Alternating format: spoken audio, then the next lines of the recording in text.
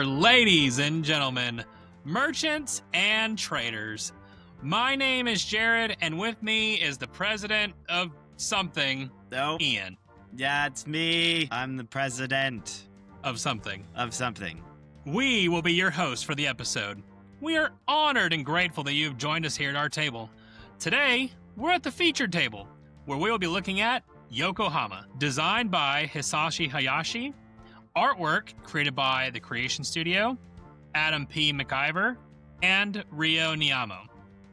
And the current version of this game is published by Synapses Games. Yokohama is a 2 to 4 player grid movement, worker placement, economic game where players are using their merchant president and his associates to move across the harbor of Yokohama. Players will be collecting goods, trading goods, building their faith inside the local church, and going on a pilgrimage, and many other activities inside the harbor of Yokohama. Each merchant will build their fame across town, and at the end of the game, the player who is the greatest merchant inside Yokohama will be declared the victor. So let's review Yokohama. Heyo. Ayo. Yokohama. Yokohama. Yokohama. Aha, Anyway, he got it. He got it. This is dumb. You're Anyway. right, it is. It is dumb. Ian, I have a scenario for you. You find out that a far-off rich relative has died. You find out that they leave you with the inheritance of the opportunity to start up a business. What would you want the business to be? Would you run it yourself? Would you hire somebody else to run it? Or would you sell it off as soon as possible? All right, so a distant relative that's rich gives me their company, basically. Because they've died. It's not really their company. This is like the pet project that we're like, we'll get to it someday. Right. And then, we never got around to it. But is it this is like, it's a dead company that I'm taking over? It's not dead. It's brand new. This is okay. Initiation phases, hasn't even started yet. Okay. But you're so building from the ground up. There's promise. There's promise. All the legal docs are out of the way. It is a company. It's in idea form, not in actually implemented form. Yeah. Well, since we're playing the what ifs here, in the scenario that I am interested in the business, we're going to assume that. Okay. If I'm interested in this business, what is it? That's part of the question. Well, yeah, hold on a second. I don't know what it would be. Let's see. If it were, hold on, I'm thinking. It'd be something that I'm fascinated in. All right, well, let's do, since we're in Yokohama, let's do this. Let's say it's a very like an exotic fishing okay. I don't know, company, some type of fisherman endeavor. Sure. He's got a couple, we got a couple boats to our names already. I would be interested and maybe managing to some extent. I don't know anything about that realm, so I'm going to go find somebody to truly run the business. I'm going to be the president. I'm going to be the president of this. President. I'm going to be the president of operations of this company and let the true professionals handle the details. Okay. But I would be down for this experiment, though. Okay. Running a business requires a lot of work, so I would divvy these opportunities elsewhere and let the professionals handle it. I see. But yes, absolutely. There's enough interest that you'd leave your day job and go try and make this work. Yeah, as long as I can get myself paid enough to pay the bills. Sure. Yeah, we'll make it. I mean, no one makes money when they're starting up a business, but assuming you're not going to starve or something like that. Yeah, of course. Okay. Yeah. So I think it would be cool. Okay. What about you? Yeah. So I thought about this question. Obviously, I thought about this question because I came up with it. But I want to go away from the route that I usually go, which is to talk about either the cafe or retreat or something like that. Right. Too easy. Low hanging fruit of dreams that I want to do someday. Exactly. No, I would absolutely jump on this opportunity. Anything I can do to open up my own business, I'm down for. I'm tired of working for the man, as it were. The big man. Yes, it's exhausting. Of course, right now I'm not doing that. I'm trying to work again for the big man, which is Right, for the equally big as man. exhausting. Yeah, you're Yes. still paying the big man, but you don't. Yeah, you currently don't work for the Well, big man. that's a different one. Yes. Yeah. No, I think this would be really cool. This is like one of those in a different life things that I would want to pursue. I would want to open up a sports agency where I am running different agents or assigned to different athletes and things like that. I find that business so fascinating Yeah. and would love to be in the thick of it. Even as a startup, like I think that'd be super cool. So that's my answer for this pretend question that we have here. That would be no, I like that one. I like that one. I just imagine my company being like the Deadliest Catch. That's like He's already got a name. I love it. Well, yeah, no, the Deadliest Catch Fishing Company. There's already a show, so maybe we could get You're just riffing off of somebody else. but we could get the hookup with the show and be like, this Sure, is sure, the sure. Deadliest Catch Fishing Company. That would be like your big milestone is Yeah. getting them to jump on board. But again, we're not doing, we're not getting, just basic, flounder or anything. We're going for some like I prized understand. specialty fish here. Getting some really good deep sea fish or Yeah. specialty salmon or something out in Asia, somewhere like that. It's too bad we're not reviewing Deep Regrets today. That would be a really good hook. Oh yeah. But anyways, right. we're reviewing Yokohama. So let's Yes. jump into that. Ian, tell us how to play Yokohama, or at least give us an overview because there's a lot in There's this a lot. game. Yep. This is a very interesting and fun game, but there is, as we'll probably discuss, there's many options as being a merchant in the city of Yokohama. So let's kind of dive into what this game is. Like I mentioned, this is kind of a worker placement, tile exploring game where you're going to be taking actions from the different tiles that are located around the city of Yokohama in the bay. Each of these tiles will do many, many different options and different actions that you can take. And I'll kind of discuss a few of those here. But the main thing that you're going to do is you're going to have a president and some associates of his to be moving around the city and taking these actions. So to start the game, you'll set up the board, and the board will change every game that you play because you'll shuffle the tiles up and disperse them amongst the board. It is laid out in a specific way, but overall it is very different from game to game. Then you'll have a president and a couple of his assistants or associates, and you also have a player board which has more of these assistants, and you also have shops and trading houses that are located on that player board that you'll be able to unlock and purchase and play them later on in the game. These all will give you points. Again, the player at the end of the game who has the most points will win, and all of these things that you do will gain you these points. Now, on a player's turn, what you'll do is you kind of have this action set up of a turn. It's called the main action phase. During the main action phase, you will place and then move and then take the action. And then there's a couple little things beyond that. Placement consists of placing assistants from your pool that you have in front of you that are not out yet, and placing either two ways. Placing 3 assistants into different locations, or placing 2 assistants into one single area. And again, they're all on these tiles. So you're going to be placing the assistants on the tiles, or 2 onto one tile. Once you place your assistants, then you can move, which is the movement part of your president. So when you do this, you can either retrieve him if you don't like what's going on there, or you can place him as what you really want to do is you want to move him either through a kind of a trail of assistants that you have. And so as long as you have a connected route to the new tile that you're going to, you'll be able to take that action, or you can move through or place it at one that's adjacent or whatever. Either way, you'll be placing this president.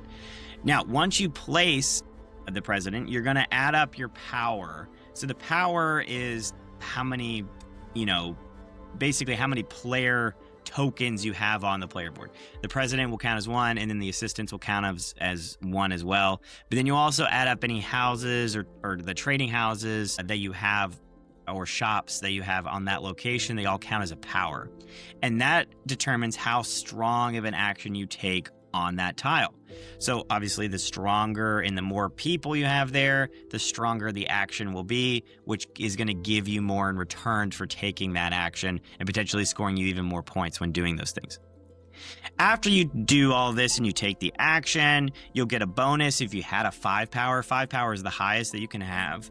You can have more than that, but there's really no reason to, because 5 is the max. Then after that, you can place in purchase shops and place them onto the location that you want, or a trading house, which we'll discuss later. And then you recover, you just kind of reset your stuff. And then you move on. You can take additional actions, which I will explain here in a second as well. But you'll take these actions. That's the end of your turn. The player, you'll go clockwise and the next player will go. Now, what is, the objective of moving around, collecting all of the different things that these boards, and again, there's just kind of unlimited things going on. But one, the main things that will score is you have a church bonus. Now, the church is a location you can go to, you can collect some goods, and then you will basically trade those goods in at the church and then go on a pilgrimage.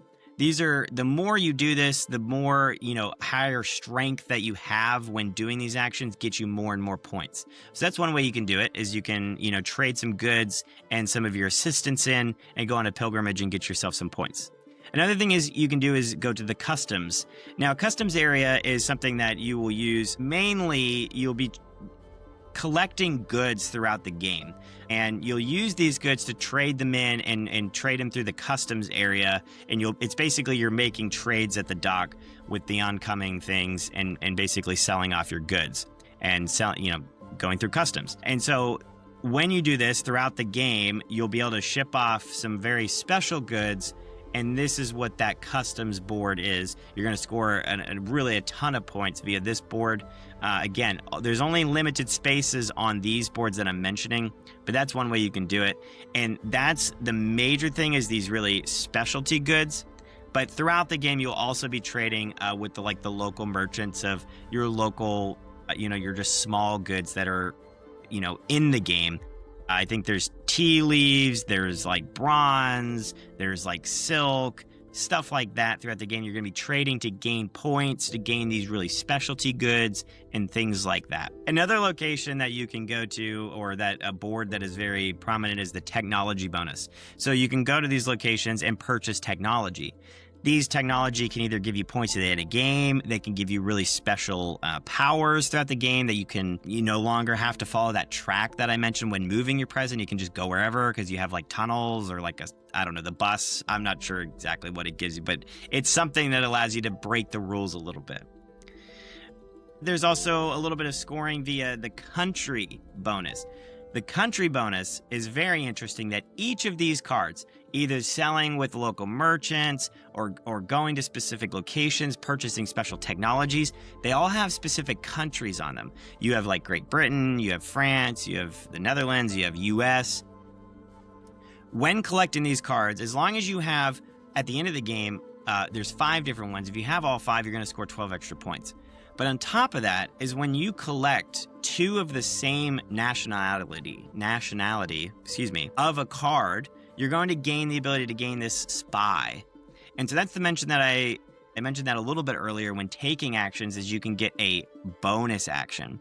And this bonus action consists of spending that spy that you've collected and basically taking an extra action, and you'll go somewhere and take a tile action that you don't have your president on, but you have assistants on. And so you'll be able to trigger this extra action, which is the most broken thing that you can do in the game. It is highly, highly valuable to gain these spies and take these extra actions, because in a game like this, you're trying to brush to a tile before somebody else does. And to be able to trigger any extra actions when you can is highly valuable. And so what these spies do. That's also what these country bonuses do. And so those are cards that you're going to be collecting either via trading with local merchants or collecting these technologies throughout the game. Then, that's the basic rundown of most of the tiles. Most of the tiles will get you things to complete really these major tiles. But on top of that, at the end of the game, you'll kind of add up all of the things that you've unlocked on your player board, all the different shops you've placed or trading posts that you've placed, and any of those special technologies. You also have these, like, again, those really special, like, imported goods, and all of those you'll add up. There's a lot of different scoring at the end of the game, so I'm not going to dive into all of them. But all of these, you'll be taking all of these actions to really complete those major things, and the player who has the most points at the end of all of that will be crowned the greater merchant. So, anyway, let's discuss. Awesome job. There's a lot going on there. Yeah, I don't want to drag people into the abyss of each individual location because it's quite daunting. I mean, it's one of those things, though, right? Like, any good worker placement is going to require explaining what 1,000 different things do, because you have to know where all the places go and what they do and how they work together. And so, absolutely. It's just one of the joys, man. Yeah, and I think we'll talk about some of our kind of favorite spots, because I do there's so many cool locations, I think, that do really cool things in this game. Sure. Which makes it very interesting. And so, like I said, there are kind of your basic goods, and those are copper, silk, tea, and fish. So there's like the goods of Yokohama that you're trying to do. And you're going to kind of, it's like any really good worker placement. You're kind of getting this kind of generic thing, getting a lot of it, and then using it somewhere else to go get something better. A very economic game like that is, again, economic worker placement. And so you're building up this kind of supply of kind of basic things and trading it in for a much better thing. And in that, honestly, this game does a ton of that. Again, you feel I'm not sure how your opinion, I know we talked about this pre-episode, but I do feel like feels very economical in that regard, is that I do feel like I'm going around rushing to different locations, really collecting the different goods of the town to go and, kind of build my reputation as this royal merchant. So, yeah, anyway. Absolutely. I mean, I'll just start with, one of the things that I've been thinking about with this game is the theme. And I think it's interesting because, on the one hand, like, mechanically, this game is great. I'll just go ahead and put that out there. Like, there's so many different things that are tied together in this game that flow really well. And there's a lot of cool ideas. From a game perspective, it's this, like, very intense puzzle that you are playing with these other people, and you're trying to complete the puzzle faster than they do. And so, from the perspective of what you're just kind of talking about, of in the economics of every turn, I feel pressure to do it perfectly. And I want to make sure that I'm not leaving any resource left untapped, because my competitors are going to take advantage of that and pull ahead. And once they're ahead of me, then I'm really scrambling to try and make it up in a different way. And I've got to divert from my original strategy a little bit. So from that perspective, I feel like a merchant. But the flip side of that is there's a lot going on in this game. From a game perspective, I am like, collect A, B, C to be able to do D, E, F, or collect A, B, and then I'm going to pivot and do X, Y, Z, or whatever it may be. Yeah. And every time I've played this game, I've walked away thinking that was a really good game. I don't really know thematically what we were doing, but the game itself is very good. And so that's a very interesting contrast as someone who really loves putting theme first in a lot of games. I don't know. It's a very weird spot. So I don't know how you feel about that piece in particular, but it was definitely something where I'm like, okay, yeah, we're collecting different tea leaves and bricks and fish and things like that. But, like, I'm never, like, feeling like I'm in the streets of Yokohama trying to make sure that I get my next profit, if that makes sense. Yeah, I think we differ on this one a little bit. I think overall, because of the worker placement aspect, I do feel like, I'm going around. Yeah, I mean, could there have been a little bit more detail? Again, in a worker placement, you do feel like it's this top-down approach, because, you're going, usually, like in a lot of worker placements, you're looking down at a town, going to different things, or inside of, something, going to different locations. So it does have this more over kind of view of what the theme is. So I do feel that in this game that it's maybe not the most, I feel like I'm actually being the man making the deal at the counter. But overall, I do feel like between the artwork and the different actions and being able to, trade, again, going and getting some tea leaves doesn't feel like you did anything. But when I go and, I go to the customs or I go to Chinatown, which is a location that's in the higher player counts, because you can make some exchanges for different goods, or you go to the church. Like, I do feel like I am doing those things, which is kind of neat. So I think we Okay. differ just a little bit. I do feel No, like the theme hits for me in that worker placement aspect, maybe just a pinch more than you. and I don't even know, like, it doesn't even really add, it does not act as a detriment, really. Like, I still very much enjoy the puzzle, but it's very much, it walks that Euro line of there's a theme here, but the game is first, and it will be first, second, and third as far as priority. And then we'll make sure the theme is there, and we have things that are assigned appropriately. Like, it all makes sense when you think about it, but Yeah. I'm never immersed in being a merchant in Yokohama. I'm Mhm. immersed in trying to figure out this crazy puzzle, if that makes sense. No, So that's I kind of where I'm coming out with that. no, I think I understand. Yeah, I get that, and I could see that being something that a lot of people do as well. Because really, what holds down the theme is really the art, and like the economical standpoint of trading goods back and forth with the game is really what's going to drive what the theme is, which is a merchant city. As far as that phase goes. So overall, no, I think these are good points. Do you have, a specific location or a rule or like interaction that you find most fascinating for this game as far as design or whatever, as far as the worker placement goes? Yeah. So I'm curious. You might have already said it, and I apologize. No, What's the location called where you trade in your cargo to get like a ton of points? the customs. So Okay, so that is your customs. yeah, the Okay. customs is you pay the imported goods are like the Yeah. really special the ones that you basically have to get by trading either a lot of the cheap goods for other things or like actually going and like buying it straight up. Mm-hmm. Okay. So I really like the customs office only because I love, and it goes back to that tension of I need to play my turns as efficiently as possible. But I love, after my first several plays, my thought always starts with, okay, how do I get 4 cargo boxes? Because I need that as soon as possible. Because yes, we're all probably going to go to the customs office and do our best to get a high jump in points. But one, if you're playing a 4-player game, then somebody's really getting the short stick on that. And then two, even if you're playing in a lower player count, like it's 7 points between the first slot and the second one. And that can be a huge difference maker in this game.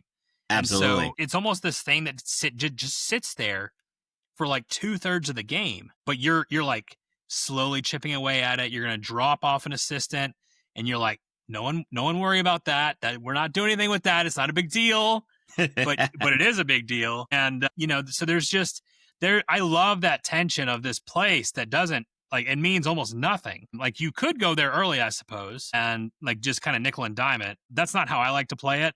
But yeah, just that tension of I need to find the most efficient way to get these cargo boxes where I'm not sacrificing other points to get this high point jump, and I'm also still working towards it. Yeah. Yeah. What about you? No, I mean, I think that's definitely towards the top. I mean, the fact, like you're saying, there are a couple different ways to gain that special good. Most of the time, it's making trades like at the port with like those basic goods to make a deal to get one.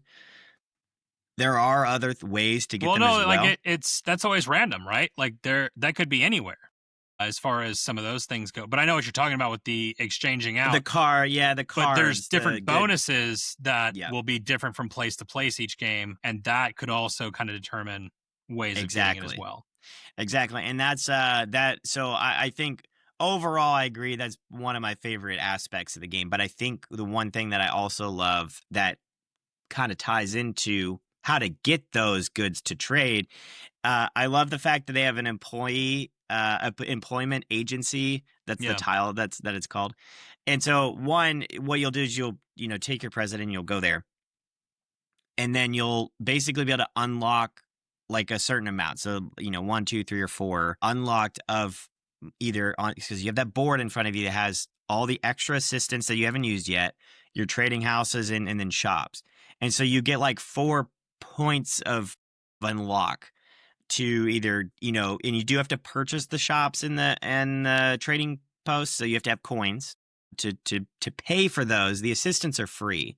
And so what I love though is you get to go in and you kind of customize, what do I want to unlock for the future? Do I want to get a bunch of assistants now, or do I want to, unlock some shops and place them? And again, like you mentioned, once you go and you get a 5 power bonus somewhere, usually when you start doing the 5 power bonus, you start getting a lot of things, and that does include that cargo. And so, or some really good other thing. It gives you like 6 like tea leaves, or you get to unlock like 4 more things, or you get like a whole bunch of money, or they kind of, like you said, Yeah. completely. Yeah, who knows what the variable things are. But I love the fact that you can unlock. There's that alone, that track on what you unlock can really change the way you play your game. Because me and you, I think we played very separate games in the most recent game that we played. Is that I unlocked like almost every assistant I had. I just unlocked all of them. Where you kind of messed around, you got a couple shops, you got a couple things unlocked. You didn't really go for as many assistants unlocked. And I kind of hit that thing up a couple times, and I just got a bunch of assistants. And then from there, I just like played them all down. And I just think, again, both are really good ways to play. I don't think there's one that's worse than the other. It's just so like that. Just the way you unlock more stuff is a different strategy every time.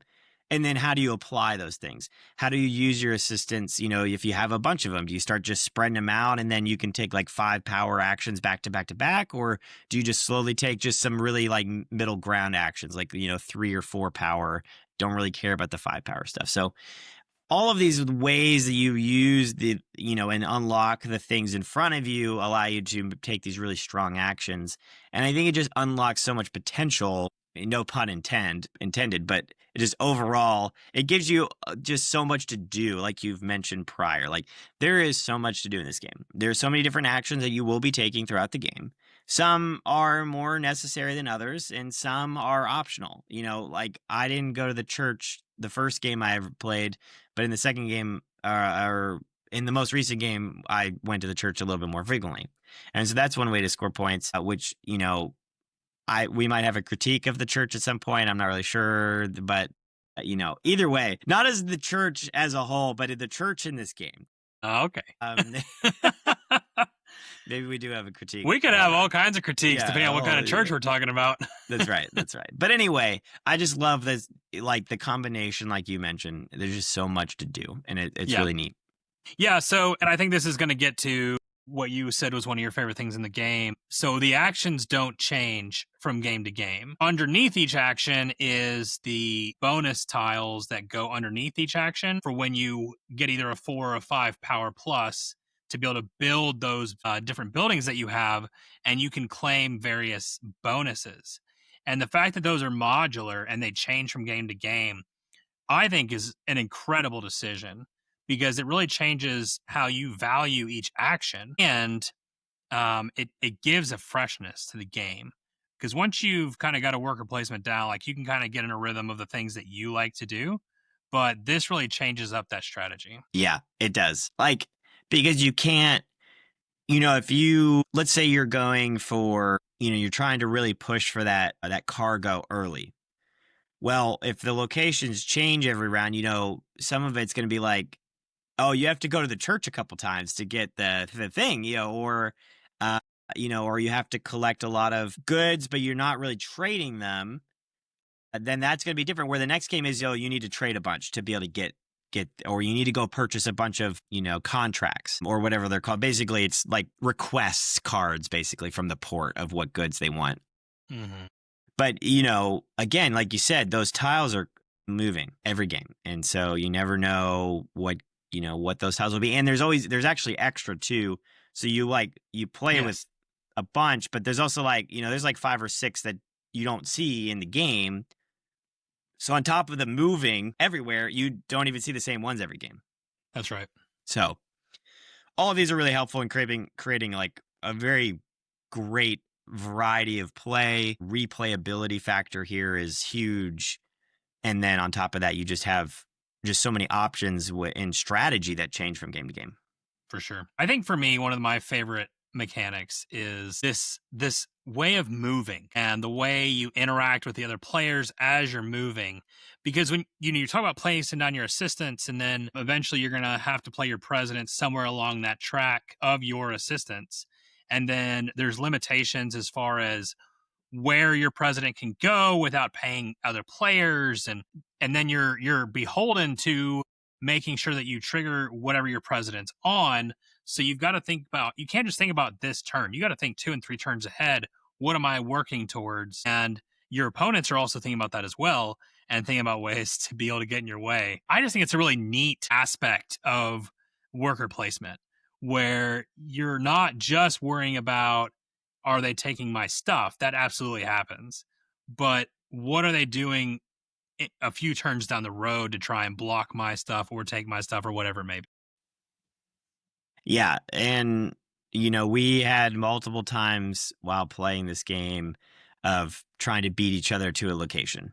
And one thing I didn't mention is, so when you move your president or whatever, or you have to place assistants down, and you have to move through or place where there isn't already a president.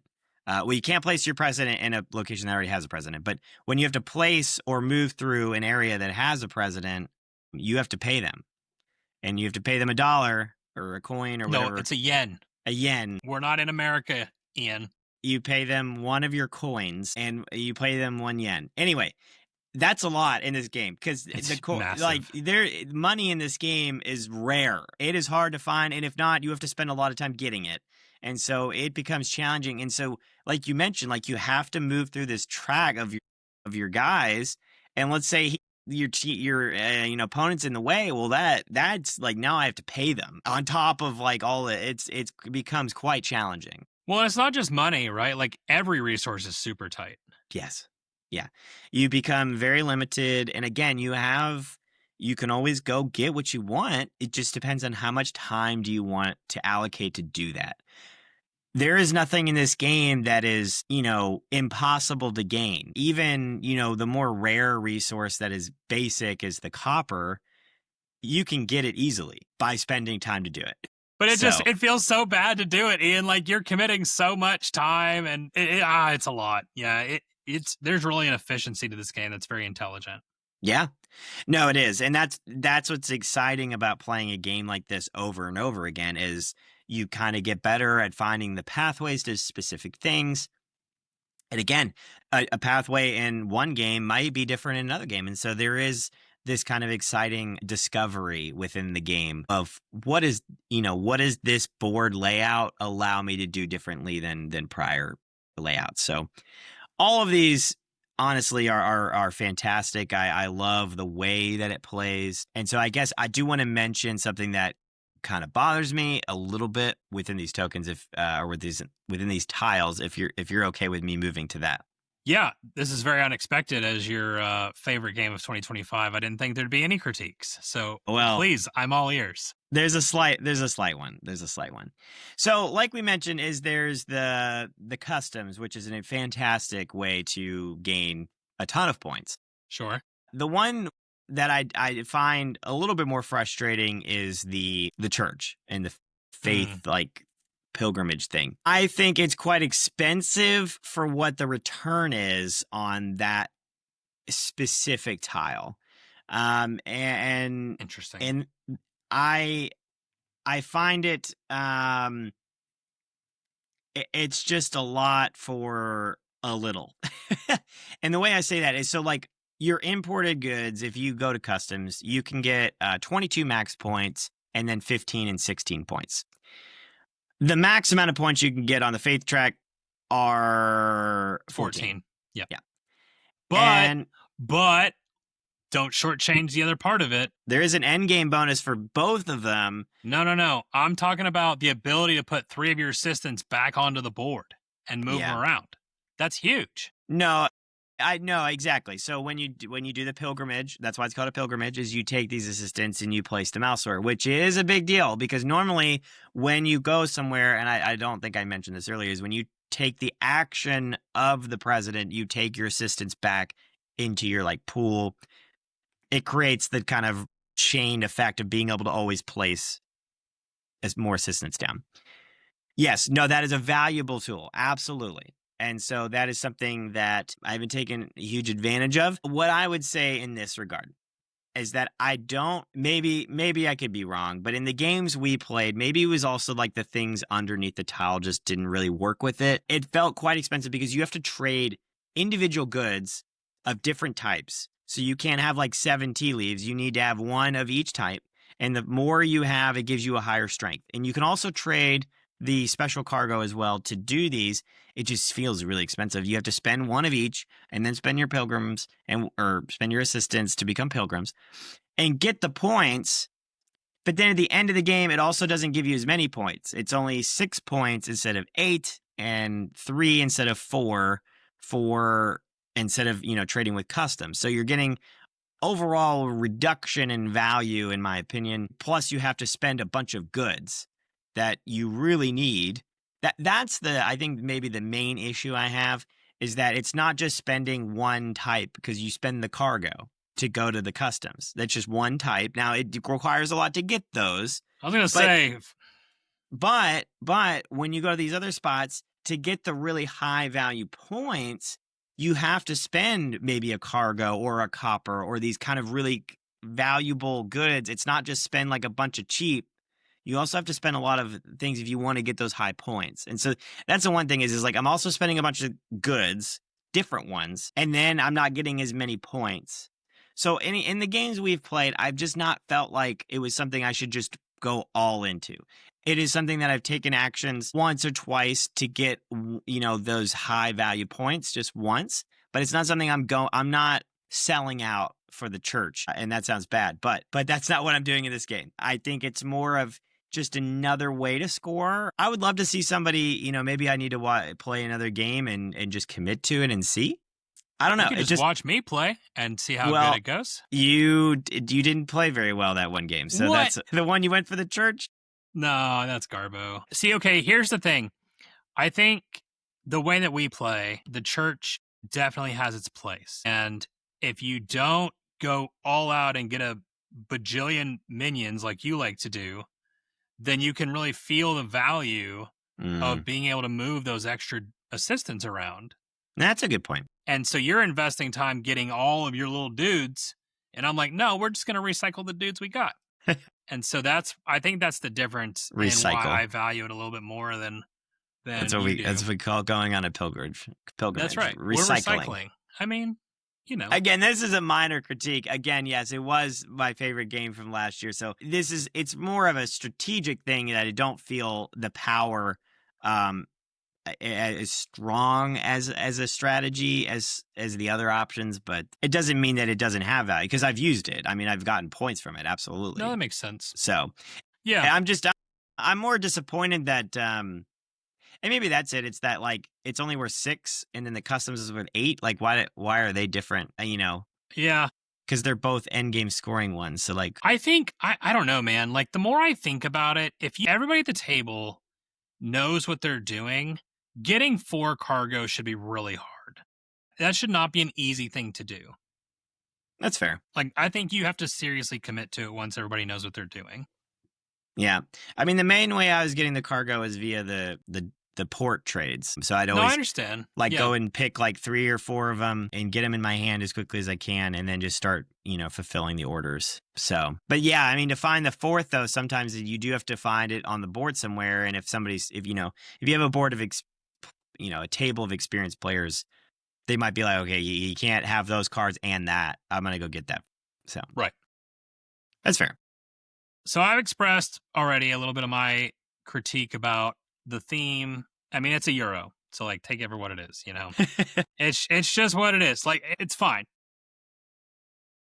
You're not I think smelling the ocean when you play this game. You know, you are not. You're not feeling the Nope. mist on your face. You're I not get feeling the rush of running through the city trying to make this thing work. Let me just say that, and that's see. fine. Like again, I can appreciate the game aspect, and I can appreciate how intelligent the game can be. So I do like that. I'm gonna make a take, and this is not about the. I think this is me. This is not for the game overall. I think if you really like this kind of game, you're gonna hear this and you're like, Jared, you're an idiot. Because the game is such a puzzle. After I won, I didn't have a strong desire to come back to it. In the same way that like once I've completed a puzzle, I don't want to do it again. And again, like the game has incredible replayability. And when I hadn't won, when I hadn't figured out the puzzle, I'm like locked in. Like let's play again right now. Is it midnight? Absolutely. We're playing right now. But once I'd won, I'm kind of like, okay. I mean, that was fun and I really enjoyed it. And now I want to move on. So for me personally, it's not one that I do want to keep coming back to over and over again, even though it does have such access for replayability. And I think that's just how my brain works. But like if you're not super into puzzles all the time, you might feel the same way. But if you like Euros and you like puzzles, it's a really good one. So that's just kind of how I feel about it. Yeah. No, that's a fair point. I think I may agree slightly. This type of game I do think fits more into my style than maybe yours in that regard, and so maybe that's why I'm more like absolutely hit me again. So, but I think I do understand that a little bit is that it is repetitive in nature, in the fact that you move and you take the action. And that's it, which can happen. That kind of... That seems a little too... Like, I didn't want to say it that way because that feels like that's taking too much away from what the game is doing. Sure. Well, no, and I think, honestly, no, now that you're mentioning it, like, a critique for me, like you're saying, and I think I will get on board. I'm bringing him down from his number one game of 2025. No. I'm saying worker placement in general, because like I said, it's kind of that I'm looking down at this location of whatever theme we're playing. It does feel like I'm not actually like doing the things. I just feel like I'm, just moving pieces around. That's the difficulty in making a really good worker placement game. Is are you starting to feel the theme a little bit, and how do you do that? And and it's like, do you focus on the theme, or do you just trust that the puzzle you've created is enough to draw your gamers back in again? Absolutely. So I think all of these are all, issues that could come about, especially if you have trouble with worker placements or just a lot of options and it's overwhelming. This has it. But again, it's a puzzle. And the more you play, and perfect this individual puzzle, I think you'll have more and more fun with it.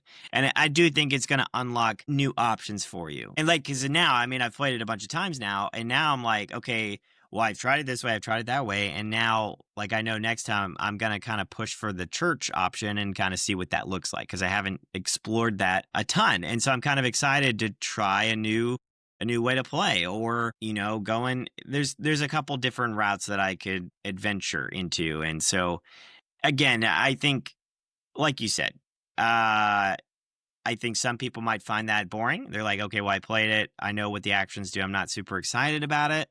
But then I think there are other people like myself that may find it, okay, well, now I want to see what the other options are and see what that other path looks like. And so there are other paths. Yeah. That is, I don't in any way, I mean, I've seen in the games that we've played, there's multiple paths to victory. Like Ian talks about, the one game where he got all of his guys. Ian lost that game. Like, it's not just a surefire guarantee that because you do X thing really well, that you've got a clear path to victory. Absolutely. And that is very intriguing about this game. So, but for me, it just, I don't know, man. I don't know if it's the theme that does it. Cause like I felt the same thing in Rock Hard 1977, where like, okay, I'm starting to feel that there's only so many spots you can go, right? So like once we play with my brother while we were on Christmas break, and he wanted to keep coming back to it over and over again, which was great. One of the highlights of my gaming career by far. My brother, who doesn't play games, wanted to keep coming back to it, which was awesome. Yeah, but that's good. By the end of the weekend, I'm like, all right, we've seen the same ones over and over again. Like, there's only so much we can do here. Yeah. So it's a give and take. Yeah, I mean, that one, the one thing I will say about that is it is, again, it's top-down approach a little bit, but like that one, you are the individual musician moving around, doing stuff within being a musician. So it has this little bit more hint of theme, I think, than something like this. This is a little bit more, grandiose. Helicopter view of what's going on, where that's like, you're driving in the car. And so it's a little bit more personable. So that's right. Again, I understand that. I think I can agree for the most part within that, that thought. And I think that's something to be cautious in if that's going to bother you. Yeah, it's something to be wary of for sure. But yeah, I mean, I think if you, like we've said, and I think we're getting close to repeating ourselves at this point, if you really like Euros, if you like that puzzly aspect of trying to figure it out, and you really want to, like, maybe you're a newer gamer and you love puzzles and you want to challenge yourself, like this will challenge you in that there's going to be a lot to learn on the front end. But I think the interesting thing about this game is, like, even after, like, there's a basically a forgive me game that you start with, where we're not even really going to worry about it. We're just getting our feet wet and we're figuring out what the things do. And once you get past that, everything is very easily understood as far as what they do and how they go about. So at that point, you're just focusing on the puzzle itself. So if that kind of challenge is something you're looking for, then this is definitely an intelligent game to do something like that. Yeah. And again, I think this allows, if you're, like you said, if you're okay with a little bit of stress on your first game, it is a little stressful. It's a lot to look at. But like I said, like, the actions themselves are not complicated. You need some tea leaves to fill this order. Go get the tea leaves. Like, it is very simple and straightforward when it comes to that aspect. I think perfecting this game is quite challenging. And the more I play it, the more I'm learning about it. And I think that's really cool. And that means it's a very elegant design and allows for experienced gamers or new gamers to continue to find new ways to play. Again, with an evolving board that is always changing every game, it is a puzzle that you're trying to figure out every game. And I think you made a good point there. If you're a player that likes puzzles, this is a puzzle basically every time because it's slightly different every time. So I think that's really neat in the way that game plays. One thing that I like to mention before, and I don't know how we're ending this all, but I will say the ability, and I kind of mentioned this before, is the ability to take a second action with those spies.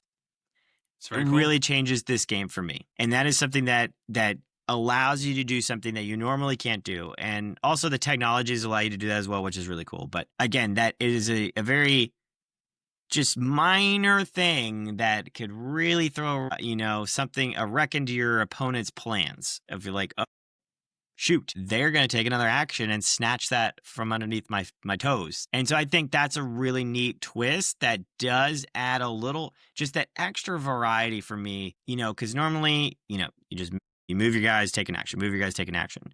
But to have once or twice a game, you got to find that perfect timing for that extra move and that extra action to go get something that your opponent's about to get. And so I think that's a really neat add. I think that adds a lot of, again, player variability, but it just adds that extra thing to always be worried about that I really think, I think that's I don't know.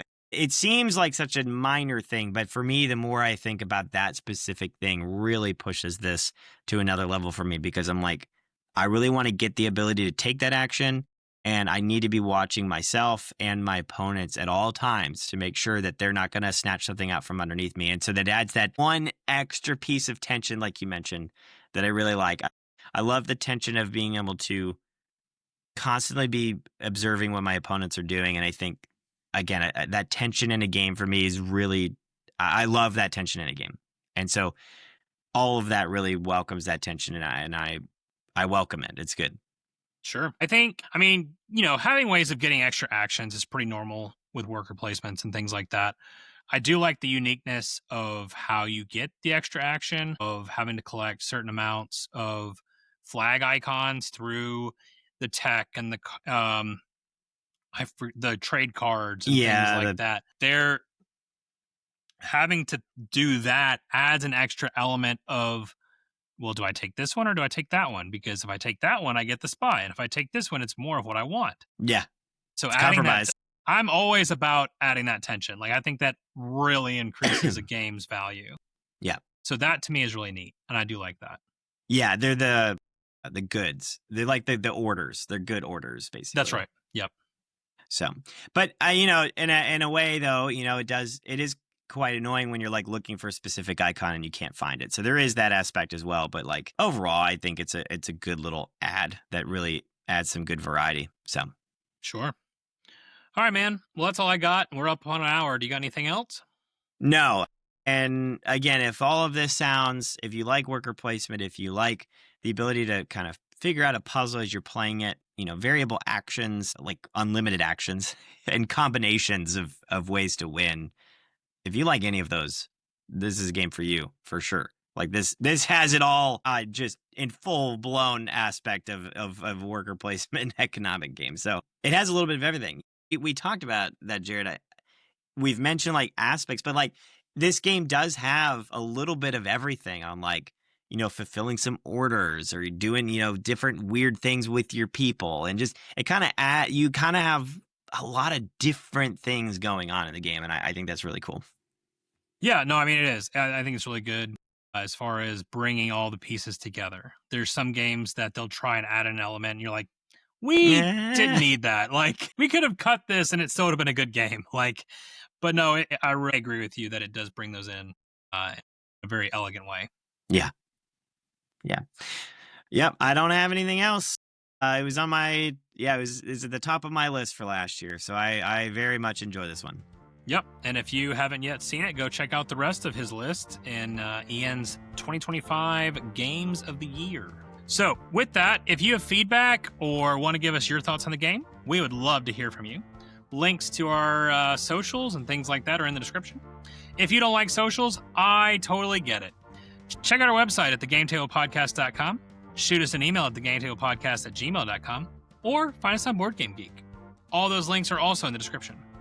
5-star reviews, subscribing your podcast player of choice, subscribing and liking on YouTube, following us on socials if that's your thing, and joining the conversation on Discord. All these heroic actions are immensely helpful in growing this podcast. Special thanks to Ashley McIver for our cover art, to Anna Snyder who made the intro and outro music, and to Aleksey Chistilin for the How to Play background music. Join us next week as we head over to the two-top table. In the meantime, may your dice rolls and your card draws be blessed, and your experiences at the table be ones to remember forever. That's right. That's right. And on next episode of Deadliest Catch, Ian crashes his boat into the sea.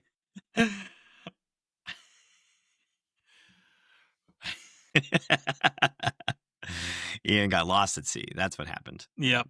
Never returned. I can see the headline now. Recently become billionaire lost at sea. Gosh. Oh, what a disaster. That's why the peasants can't have the money.